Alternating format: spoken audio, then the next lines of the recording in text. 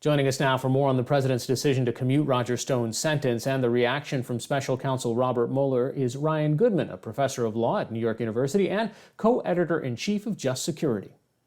Ryan, we've heard a lot of people over the last 24 to 36 hours talk about whether or not this was appropriate. What are the kind of longer-term consequences legally from the president doing this? So the longer-term consequences in terms of what the law actually allows are pretty significant. So in a normal universe, one would think that this could be impeachable conduct and that Congress would mobilize around it. In the current universe, there's potentially a prospect that the House brings a censure resolution, so you can censure the president. It's very rarely used, so that it does have some symbolic significance to do that.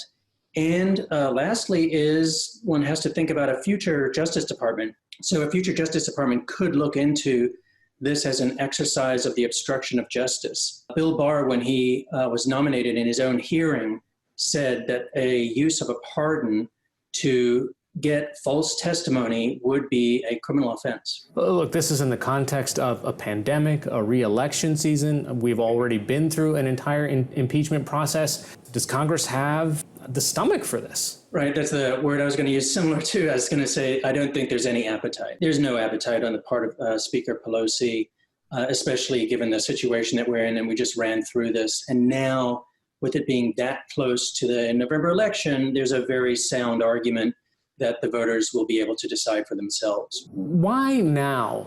Why not when the sentence was handed down in the first place? That's a great question about the timing of this. If anything, that's the biggest surprise to me, is the timing. I would also have thought that the best timing for the president to do this would be right after the November election, whether he wins or loses, because at that point, he's much more politically insulated.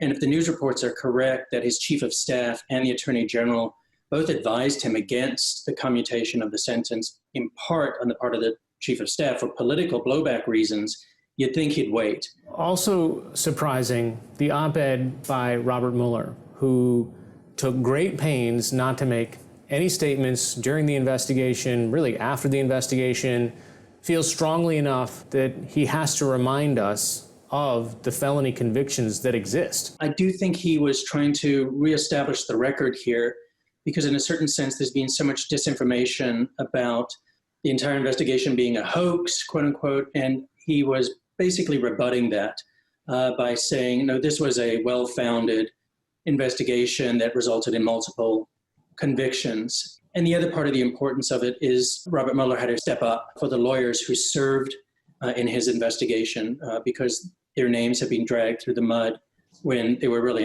in my estimation, just public servants trying to follow the law. The Department of Justice, the career prosecutors, have had great reputations because they work across administrations. They are not party to political appointments. But here we are now.